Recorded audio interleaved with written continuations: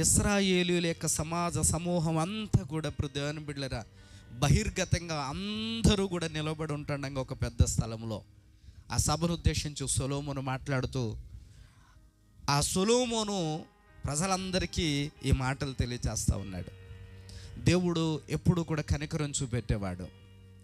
ఆయన కనికరము చాలా గొప్పది దేవుని బిడ్డలారా. ఆయన కనికరం కనుక మన మీద ఉంటే మన వల్ల కానివన్నీ సాధ్యాలుగా దేవుడు చేస్తాడు. ఆయన కనికరము వలన పిల్లలు బాగా గమనించాను.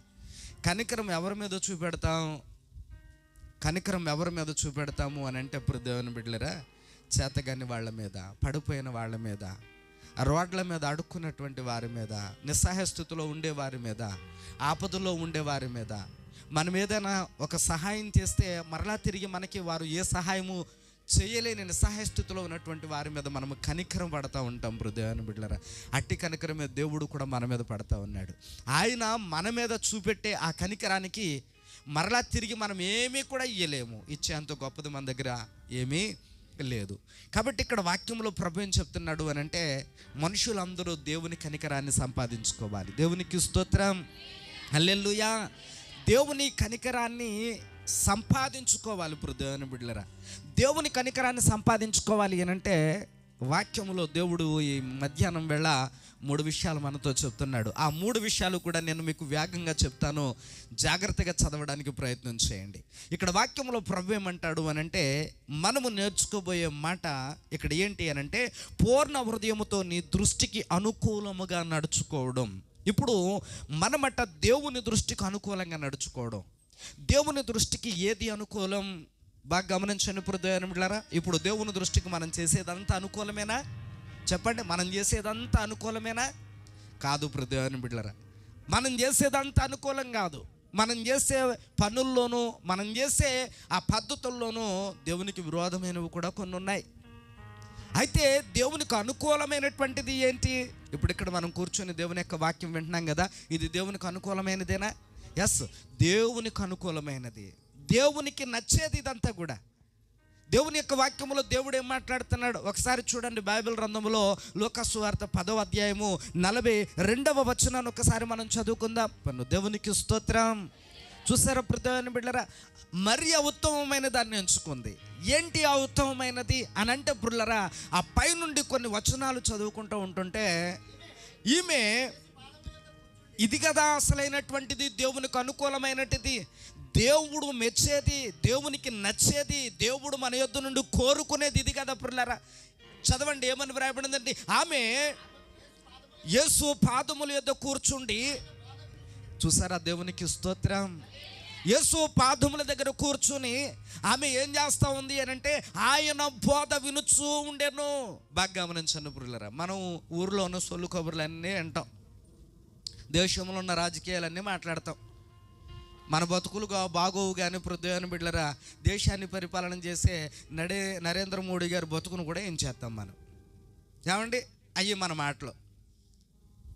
తీరా మన పరిస్థితి చూస్తే ఇంట్లో ఏగలో, బయట అదే దోమలా, ఇంట్లో ఏగలో, బయట దోమలో. బాగా చెప్తున్నారు మీరు.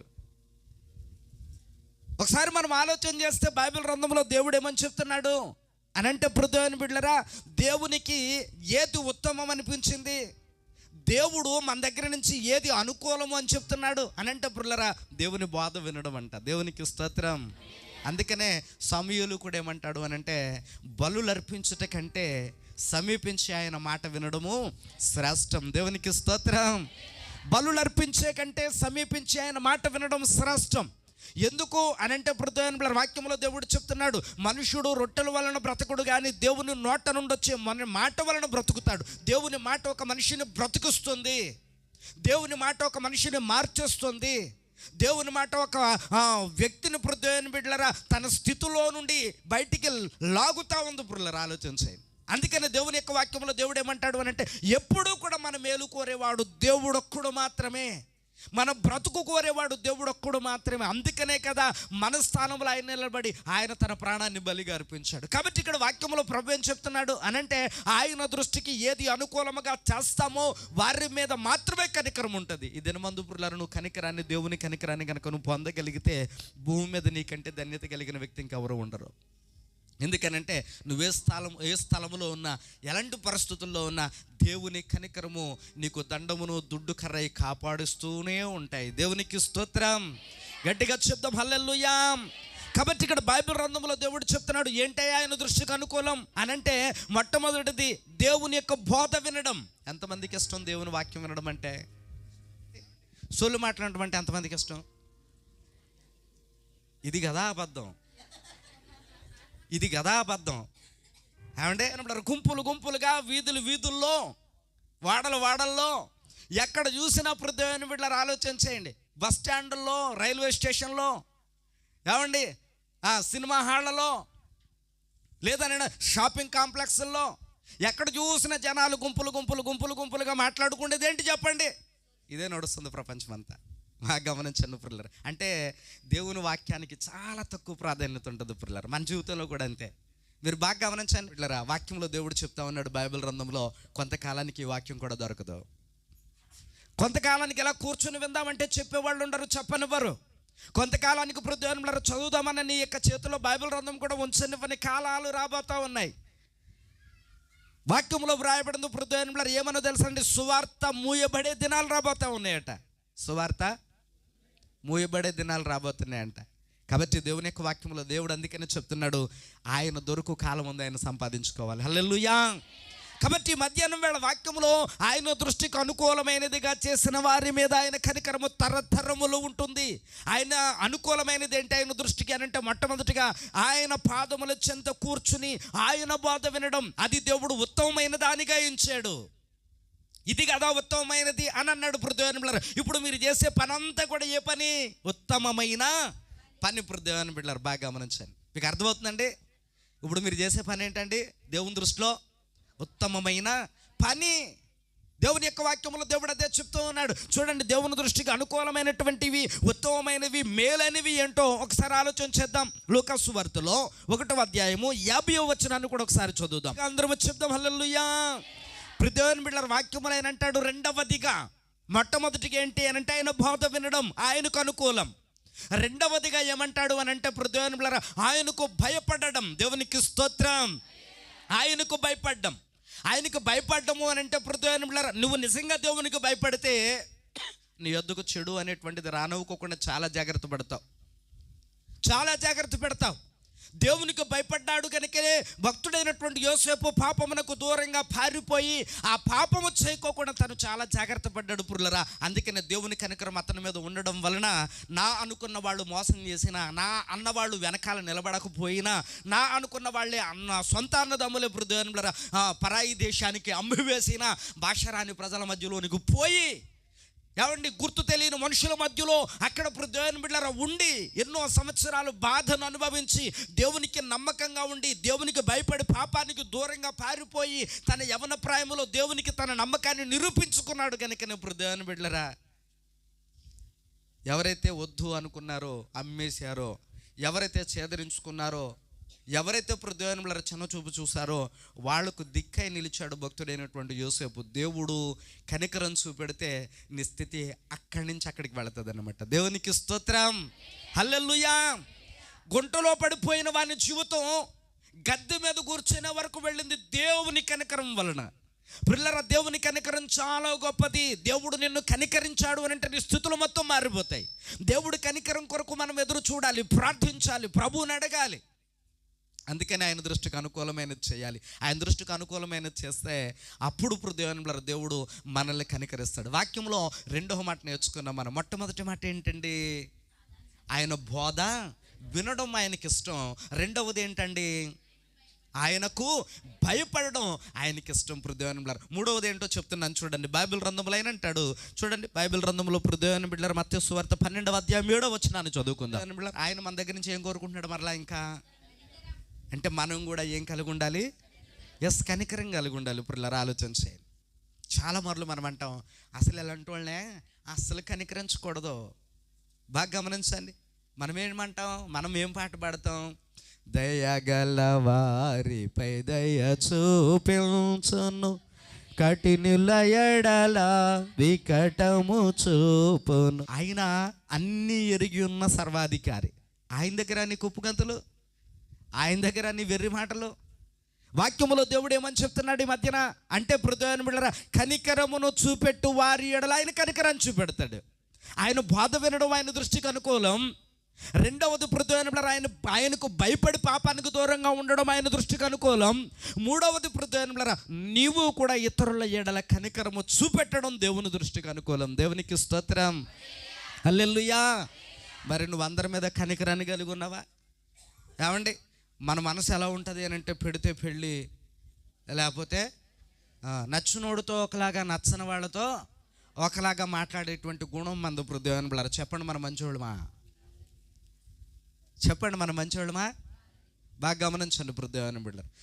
దేవుని యొక్క వాక్యములో దేవుడు కూడా హృదయాన్ని ఏం చేశాడు తెలుసండి? ఆయన కనికరమును చూపెట్టాడు. ఎలాంటి వాళ్ళ మీద అనంటే, కొట్టే వాళ్ళ మీద, తిట్టే వాళ్ళ మీద, నిందించే వాళ్ళ మీద, ఆయనను హింసించే వాళ్ళ మీద, పుల్లర కొరడాలతో ఆయన యొక్క దేహాన్ని గాయాలు చేసే వాళ్ళ మీద, సూదుమేకలతో ఆయన యొక్క శరీరాన్ని ఆ యొక్క శిలోమ్రానుకు గుచ్చినటువంటి వారి మీద, నెత్తి మీద ముళ్ళ కిరీటం పెట్టిన వారి మీద, అందరి మీద కూడా ఆయన కనికరాన్ని చూపెట్టాడు. ఎలాగో తెలుసా పిల్లల? తండ్రి వీరేమో చేస్తున్నారో వీరికి తెలియదు కనుక అన్నాడంతే. ఆ కనికరం చూపెట్టకపోతే అలాగంటే మాడి, అలాగంటే మస్సి, అలాగంటే బూడిద. అయిపోయిందా అమ్మా? అయిపోయిందా లేదా?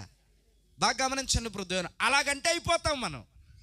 ఆయన అలా చిటికేస్తే అయిపోతాం మనం. హృదయాన్ని బిళ్ళ ఆలోచించండి. దేవుడు అన్నాడు, అమ్మా వింటున్నారా? దేవుడు అన్నాడు హృదయాన్ని బిళ్ళ ఏమనో తెలుసా? భూమి కలుగునుగాక అన్నాడంటే భూమి వచ్చేసింది. మీకు అర్థమవుతుందా? ఆకాశము కలుగునుగాక అన్నాడంటే ఆకాశం వచ్చేసింది. ఆకాశములో పక్షులు కలుగునుగాక అన్నాడు హృదయాన్ని, పక్షులు వచ్చేసాయి.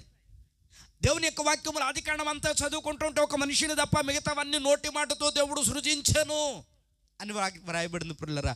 నోటి మాటతో ఆరిన నేల వేరైపోతుంది, సముద్రాలు ఏర్పడతాయి అని అంటే అట్లకాయ అలాగ డివైడ్ అయిపోయాయి. అందుకని యేసు ప్రభువు నీటి మీద నడవగలిగాడు.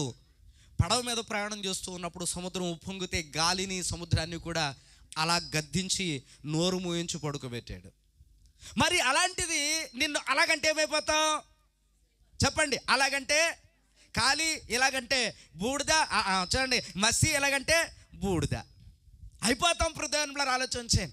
అలాగన్నాడు అనుకోండి, అలా రాలిపోతాం మనం. కానీ దేవుని యొక్క వాక్యములు అలాగ అనలేదే దేవుడు. కనికరం హృదయాన్ని బిడ్డలారా, మనందరి మీద కనికరం. ఆలోచించండి హృదయాన్ని బిడ్డలారా. కరోనా టైంలో దేవుడు నిన్ను ఇలా చూడుకోకుండా నీ వైపు నుంచి ఇలా తిప్పుకున్నాడు అనుకో, అలా రాలిపోదు. అలా రాలిపోయిన వాళ్ళు కోకొల్లలో సమాధులు చేయడానికి కూడా పిల్లలు వెళ్ళలా, తల్లిదండ్రులు వెళ్ళలా, ఎవరో వెళ్ళలా. పిల్లరా ప్రొక్లేన్లో వాళ్ళని తీసుకెళ్ళి నల్ల కవర్లో హృదయాన్ని బిడ్డలారా చుట్టి ప్రొక్లేన్లో తీసుకెళ్ళి అందరికీ ఏకంగా ఒకే గొయ్యి తీసేసి కర్మకాండాలు ఏమీ లేకోకుండానే తీసుకెళ్ళి పాతి పెట్టేశారు. మీదబడి ఏడ్చి దిక్కు కూడా లేకోకుండా. ఎంత దిక్కుమాలిన చావులో. ఒక్కసారి కనుక దేవుడు హృదయాన్ని కనికరం చూపెట్టుకోకుండా నీ వైపు నుంచి ముఖం అలా తిప్పుకున్నాడు అని అంటే 2026వ సంవత్సరం నీ జీవితానికి ఉందా లేదా? లేదు. కానీ దేవుడు మన మీద కనికరం చూపెట్టాడు. నమ్మితే దేవునికి స్తోత్రం. బిగ్గరగా చెప్దాం హల్లెలూయా, హల్లెలూయా. కాబట్టి ఇక్కడ దేవుని యొక్క వాక్యంలో ఆయన మూడవదిగా చెప్తా ఉన్నాడు ఏంటి అని అంటే, కనికరం చూపెట్టు నువ్వు కూడా. ఆయన మన మీద చూపెట్టింది కనికరమే. కాబట్టి పురులారా, ఆయన ఏమై ఉన్నాడో మనం కూడా అదే ఉండాలని దేవుడు కోరుతూ ఉన్నాడు. చూడండి వాక్యంలో మరికొన్ని విషయాలు మనం మాట్లాడుకుందాం. బైబిల్ గ్రంథంలో ద్వితీయోపదేశకాండంలో హృదయాన్ని బిడ్డలారా మత్తయి సువార్తలో 5వ అధ్యాయం 7వ వచనంలో చెప్తున్నాడు. ఆ మాటను చదువుకుందాం. కనికరము గలవారు ధన్యులు. చూసారు హృదయాన్ని బిడ్డలారా, నువ్వు కనికరం చూపెడితే మరలా నీకు రిపీట్ ఏమవుతుంది? అమ్మా చెప్పండి, నీకు రిపీట్ ఏమవుతుంది? ఎస్, నువ్వు కనికరం చూపెట్టావు అనుకో, నువ్వే స్థితిలో ఉన్న దేవుడు తన కనికరాన్ని మీద నువ్వు వ్యాధులో ఉన్నప్పుడు, నువ్వు బాధలో ఉన్నప్పుడు, నువ్వు ఒంటరి స్థితిలో ఉన్నప్పుడు, నీవు కుమిలిపోతూ ఉన్నప్పుడు, నీవు అనేక విధాలుగా బాధలతో నలిగిపోతూ ఉన్నప్పుడు, నీ పరిస్థితులు ఏమాత్రం బాగోలేనప్పుడు నీవు ఇతరుల మీద కనికరపడినట్టుగా దేవుడు నీ మీద మనుషులు కనికరపడాలని కోరుకోకండి. మనుషులు జాలిపడాలని కోరుకో. అంతకంటే నీచమైన పని ఇంకేమీ ఉండదు. నన్ను చూసి అందరూ అయ్యయ్యో అనాలని నేను కోరుకోను. హృదయాన్ని ఆలోచించేయండి. మనుషులు చూసి అయ్యయ్యో అయ్యో అయ్యమ్మ అనాలని నేను కోరుకోను. హృదయాన్ని అదొద్దు మనకి. సింపతి వద్దు. మనుషుల యొక్క సింపతి హృదయాన్ని బాగా గమనించండి. దేవుని యొక్క వాక్యంలో దేవుడైతే ఏమని చెప్తున్నాడో తెలుసా? నువ్వు మనుషుల సింపతి కాదు సంపాదించాల్సింది, దేవుడు అనాలి. దేవుడు కనికరపడాలి అని బిడ్డారు. మనుషులు కనికరపడినంత మాత్రాన మన స్థితిగతులేమి మారిపోవు. దేవుడు కనికరపడితే స్థితిగతులు మొత్తం మార్చేస్తాడు దేవుడు. దేవునికి స్తోత్రం, హల్లెలూయా. కొత్త నిబంధనలో ఆయన కనికరపడినటువంటి ప్రజలను చూడండి ఎలా ఉంటారు. ఆయన కనికరము పడినటువంటి ప్రజల విషయాన్ని చూస్తే హృదయాన్ని బిళ్ళరా, కుష్టి వ్యాధి కలిగిన వాడు బాగుపడ్డాడు, మోగవాడు మాట్లాడాడు, దెయ్యం పట్టుకున్నాడు విడుదల పొందాడు, చచ్చిపోయిన లాజరు బతికేశాడు, రక్తస్రావం కలిగినటువంటి స్త్రీ రక్తధారలు ఆగిపోయాయి. ఇలాగ బైబిల్ గ్రంథంలో చదువుకుంటూ వెళితే నానా బాధల చేత, రోగముల చేత, అనేకమైనటువంటి దెయ్యముల చేత పట్టిన వారందరూ కూడా, ఈ పీడిత ప్రజలందరూ కూడా పిల్లరా ఆ పీడిత పరిస్థితుల నుండి విడుదల పొందారట. దేవునికి స్తోత్రం. కేవలము దేవుని కనికరం. వీళ్ళేమి ఇవ్వలా, వీళ్ళేమి ఖర్చు పెట్టలా, అయినా కానీ దేవుడు కనికరం పొందితే, నీవు కనుక దేవుని కనికరం పొందితే, నువ్వేదైతే బంధింపబడి బాధింపబడి ఏడుస్తూ దుఃఖిస్తూ ఉన్నావో వాటి నుండి విడుదల పొందదు హృదయాన్ని. అంతేగాని చూడండి, వాళ్ళ రాలేదు, నన్ను చూడలేదు, వీళ్ళ రాలేదు, నన్ను పలకరించలేదు, అంతమంది ఉన్నారు కానీ నన్ను ఎవరు పట్టించుకోలేదు, ఈ మాటలొద్దు నీ నోటంట. ఎంతమంది ఉన్నా సున్నా, దేవుడు నీకుంటే గొప్ప మిన్న. మీకు అర్థమవుందా? దేవుని యొక్క వాక్యంలో దేవుడు ఏమని చెప్తున్నాడు ఆయన అని అంటే, కనికరము కలిగిన వారు ధన్యులు. ఎందుకనంటే వాళ్ళు దేవుని యొద్ద నుండి కనికరాన్ని పొందుతారు హృదయాన్ని. అందుకనే మూడవదిగా దేవుడు చెప్తున్న మాట ఏంటంటే, ఆయన కనికరం నీ మీద చూపెట్టాలనంటే నువ్వు కూడా అందరి మీద కనికరాన్ని బాగా గమనించండి. వాళ్ళు ఏమైతే మనకెందుకు, ఎలాంటి వాళ్ళు అయితే మనకెందుకు. ఒకవేళ వాళ్ళు పరిస్థితి బాగాలేదనుకోండి, కనికరపడు. నీ స్థితి బాగోలేనప్పుడు ఖచ్చితంగా దేవుడు నీ మీద కనికరం పొందుతాడు. హల్లెలూయా. చూడండి వాక్యంలో మరొక మాట, ఆఖరిగా 2 మాటలు చదువుకుందాం. బైబిల్ గ్రంథంలో ద్వితీయోపదేశకాండము 4వ అధ్యాయం 31వ వచనాన్ని చదువుకుందాం. స్తోత్రం, హల్లెలూయా. వాక్యములో ఏనంటాడు? పృథ్వీల ఆయన కనికరము కలిగిన దేవుడు కనుక. మన దేవుడు ఎంత కనికరం కలిగిన దేవుడు అంటే, పృథ్వీల నువ్వెంత ఘోర పాపివైనా నీ కన్నీళ్లు చూసి కరిగిపోయేంత గొప్ప మనసు ఉంది ఆయనకి. హల్లెలూయా. నీ కన్నీళ్లు చూసి కరిగిపోయేంత గొప్ప మనసు ఉంది ఆయనకి. పుల్లరా బాగా గమనించండి. నువ్వు చెడ్డ వ్యక్తివి కదా, నువ్వు మంచి వ్యక్తివి కాదు కదా, నువ్వు చాలా భయంకరమైనటువంటి మనస్తత్వం కలిగి ఉన్నావు అని దేవుడు మనల్ని నిందించడు. వాక్యంలో ప్రభు ఏం చెప్తాడు అని అంటే, పుల్లరా నువ్వు కన్నీళ్లు గార్చి ప్రభా నన్ను క్షమించు అని అంటే, కరిగిపోయి నీ దగ్గరకు వచ్చి నీకు ఆయన గుండెలకు నిన్ను హత్తుకుంటాడట. అంత కనికరం కలిగినటువంటి దేవుడు. అందుకని వాక్యంలో ఏమని చెప్తున్నాడు ఇక్కడ అని అంటే, పుల్లరా ఆయన కనికరం కలిగిన దేవుడు కనుక నిన్ను చెయ్యి విడిచిపెట్టాడు. దేవునికి స్తోత్రం. ఎవరైనా నేను చేయి వదిలేయచ్చు అంటాం కదా మనం. ఎవరు నన్ను చేయి విడిచినా యేసు చేయి విడుబడు, ఎవరు నన్ను చేయి విడిచినా యేసు చేయి విడుబడు. దేవుడు కనికరం కలిగిన దేవుడు కనుక చేయి విడిచిపెట్టడు హృదయాన్ని బిడ్డలారా. ఆయన చేయి విడిచిపెట్టేవాడు కాదండి. ఆయన చేయి వదిలేస్తే ఎంతకైనా పనికొస్తాం మనం. ఆయన మనల్ని తన చంటి బిడ్డల వలె చేయి నెట్టుకుని నడిపించేటువంటి దేవుడు. ఆయన అంటాడు పుర్లరా, చూడుము నా అరచేతుల్లో నిన్ను చెక్కుకున్నాను, చూడుము ఎదుగో నిన్ను నేను చంకన ఎత్తుకున్నాను. చూసారా హృదయాన్ని బిడ్డలరా వాక్యంలో. అందుకనే ఆయన కనికరాన్ని కోరుతూ ఉన్నాడు. నువ్వు కనికరం అందరి మీద చూపెడితే నువ్వు గొప్ప కనికరాన్ని పొందుతావు. ఆయన కనికరం నీ మీద ఉంటే ఆయన నీ చెయ్యి ఎప్పటికీ విడిచిపెట్టాడు. హల్లెలూయా, హల్లెలూయా. ఆఖరికి ఒక మాట, ఆయన కనుకరం పొందితే మనం ఏమవుతామో చూడండి. ఆఖరికి ఒక మాట హృదయాన్ని బిడ్డలారా, ఆదికాండం 33వ అధ్యాయం 11వ వచనంలో చూసారా హృదయాన్ని బిడ్డలారా, ఆయన దగ్గర ఏముందట, ఎంత ఉందంట. చూసారా హృదయాన్ని బిడ్డలారా, దేని మూలంగా చెప్పాడు ఆయన, దేని మూలంగా అని చెప్పాడు ఆయన. ఆయన నన్ను కనికరించాడు గనుక. దేవునికి స్తోత్రం, హల్లెలూయా. అబ్రహాము స్థితిని చూడండి, ఏ స్థితిలో నుంచి దేవుడు ఏ స్థితికి లేవనెత్తాడో. యోసేపు స్థితిని చూడండి, దేవుడు ఏ స్థితిలో నుండి ఏ స్థితికి లేవనెత్తాడో. యోబు స్థితిని చూడండి, ఏ స్థితి నుంచి దేవుడు యోబును పైకి లేవనెత్తాడో. కాబట్టి ఇక్కడ దేవుని యొక్క వాక్యంలో దేవుడు అంటాడు, ఆయన కనికరము పొందితే, ఆయన కనికరాన్ని కనుక మనం పొందగలిగితే దీనిలో పెంట కుప్పలో నుండి పైకి లేవనెత్తుతాడు. ఆయన కనికరానికి మించినటువంటిది గొప్పది లోకములు ఏమీ లేదండి. ఆయన కనుక మన కనికరం, మన మీద కనికరాన్ని చూపెట్టాడు అనుకోండి, పరిస్థితులన్నీ మార్చబడతాయి. పుల్లరా మన బ్రతుకు దినములన్నిటిని కూడా ఆయన కనికరాన్ని పొంది ఎన్నో గొప్ప విజయాలు సాధించి, ఎన్నో ఆశీర్వాదాలు పొంది, స్థితిగతులను మార్చుకొని మనం అనేకులకు మాదిరిగా ఉండాలని దేవుడి మధ్యాహ్నం వెళ్ళి మాటలన్నీ మనకు చెప్పాడు. ఆయన దృష్టికి అనుకూలమైనది ఏంటి అనంటే, మొట్టమొదటిది ఆయన బోధ వినడం, రెండవది ఆయనకు భయపడడం, మూడవది ఆయన ఎలాగునైతే మన మీద కనికరం చూపెడుతున్నాడో మనం కూడా ఇతరుల మీద అట్లాంటి కనికరము చూపెట్టడం. ఈ మూడు విషయాలు మన జీవితంలో ఉంటే అది ఆయన దృష్టికి అనుకూలం కనుక ఆయన మన మీద కనికరం చూపెడతాడు. మన జీవితం చాలా ఆశీర్వాదకరంగా మారుతుంది. కనుక దేవుని బిడ్డలారా, మన మీద ఆయన కనికరం చూపెట్టాడు కనుకనే అన్ని కొరడా దెబ్బలు ఆయన మీద పడ్డాయి.